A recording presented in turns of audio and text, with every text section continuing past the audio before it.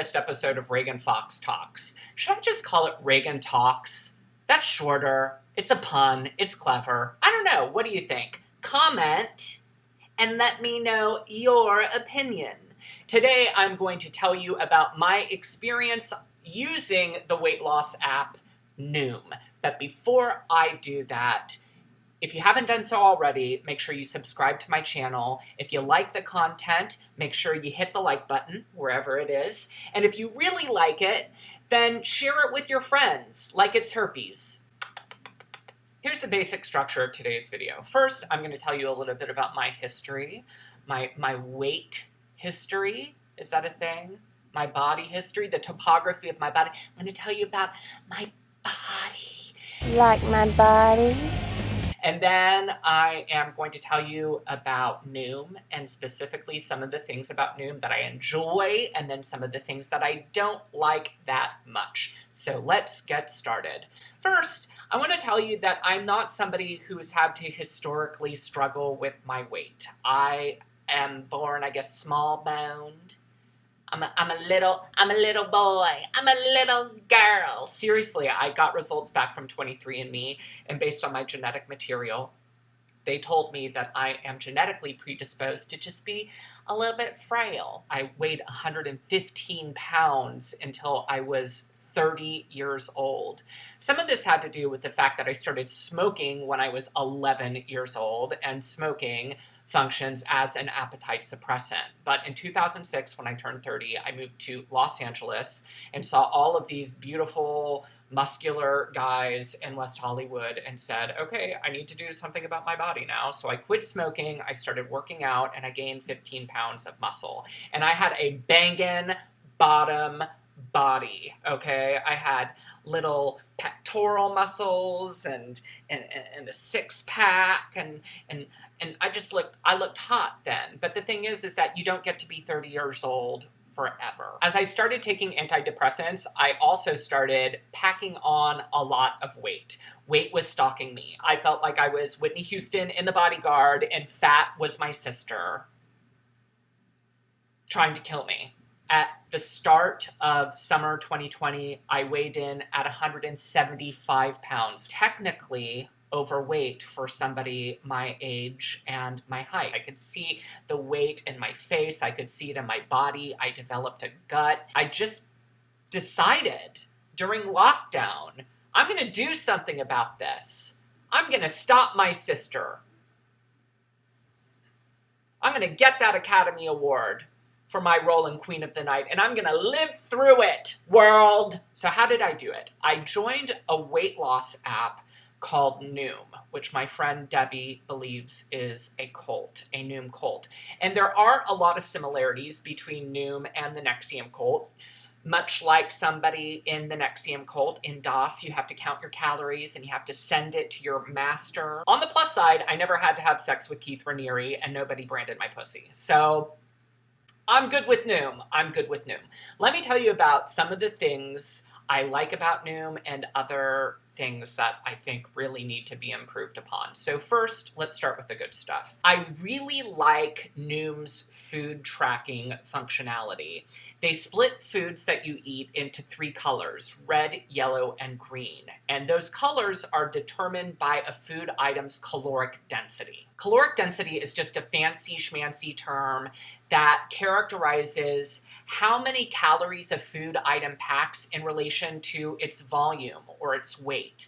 They provide a really useful example when you start reading the literature, and they compare 100 calories of grapes to 100 calories of raisins, because for all intents and purposes, these two food items are basically the same, right? They're both 100 calories, and they're both born from the same materials, because raisins are just dried up testicles. Not really. They're dried up grapes, right?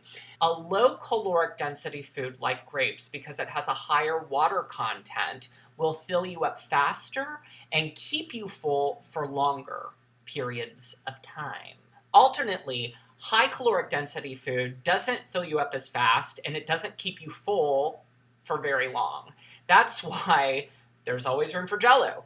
That's why you can eat Oreo after Oreo after Oreo and never seem to get full. What Noom tries to do is get you used to eating low caloric density food. The more low caloric density food you adopt into your diet, you'll find yourself eating less and becoming full faster and staying full longer, which all lead to weight loss.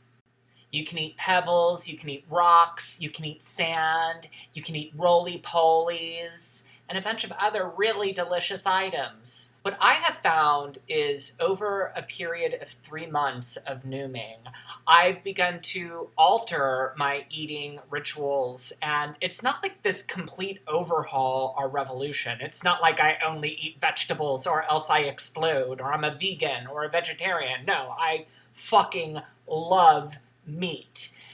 But I don't overindulge now. And if I have a sandwich at lunch, I will eat baby carrots instead of chips or cheese fries. I don't drink soda pop anymore because it's too high in calories, or really high sugar fruit juices. Instead, I drink a lot of tea, which I actually find to be quite delicious, and Perrier, because it's bougie. It's bougie. What are you drinking? I'm drinking a Perrier. And it's delicious, and it has 0 calories. Another thing that I quite like about Noom is they provide these daily articles that you read, which are pretty short, and they're based on cognitive behavioral therapy, which, amazing! I use cognitive behavioral therapy as one of the strategies to cope with my abnormal anxiety. What cognitive behavioral therapy does is it reprograms your brain. It makes you more mindful of some of the things that trigger you to eat more. For instance, if you go to the movie theater and you order a big bag of popcorn, chances are you're just going to immediately complete it, because a lot of people have been programmed into thinking that they have to finish their meals. If they get a big soda, they want to complete it, or else they feel like they're wasting an item. They're throwing away money. So what cognitive behavioral therapy does, what these articles help you to do, is realize you have some thinking errors that are making you consume more food and not always the best food. And the articles are kind of cheesy. They use a lot of acronyms, which gets old and childish after a while. The articles are very helpful. They will get you to start thinking about your relationship with food in nuanced and important ways. There are a few things about Noom that I really did not like, some real deal breakers for me. The first of which is I live in a home where I have a lot of different devices. I have an iPad mini, I have an iPhone, I have an iPad Pro, and Noom, for some inexplicable reason, doesn't allow you to sync content from across devices. So one functionality of Noom I never got to take advantage of is its step counter. And the step counter is important because they're encouraging you to walk, I think, upwards of 10,000 steps a day, because then that will negate some of the calories that you eat. Now, I did most of my Noom work, such as inputting my caloric intake every day on my iPad mini, but I'm not carrying my iPad mini with me when I go on walks. When I go on walks, I have my iPhone. But there was no way for me to sync up the steps that I was being given credit for on my iPhone to my iPad. They just didn't sync up, and the company has no solution for this other than to say, yeah, you have to use one device to input all of your data. That just seems ridiculous in 2020, and one of the reasons why I will never pay for Noom again. The second thing I did not like about Noom is I was connected to a weight loss expert, somebody who was supposed to guide me through my weight loss journey. And I never felt like any of our exchanges were that meaningful. It almost felt like I was getting bot responses, automatically programmed responses that were trained to read keywords and messages I was sending to the person, and then just manufacture some type of artificial response. And this really became frustrating when I was experiencing problems with my payment method and wanted to get clarification, because my expert wasn't able to help me navigate anything to do with my account. Having said that, After you cancel Noom, you can still count your calories on its app for free. And you have access to all the articles that you have previously read during your paid membership. So that's a plus. So how did Noom turn out for me? What results did I see? I ended up losing 25 pounds. I can definitely see the weight loss all over my body. I got rid of my gut. And most importantly, the good habits that I picked up from Nooming are ones that have stuck with me. If you or somebody else that you know is considering Noom or another weight loss app, and you enjoyed this review, make sure that you like the video and you subscribe to my channel because I'm constantly coming out with new content and material, and I would appreciate your support. Just to say that you're there. You're my emotional support audience.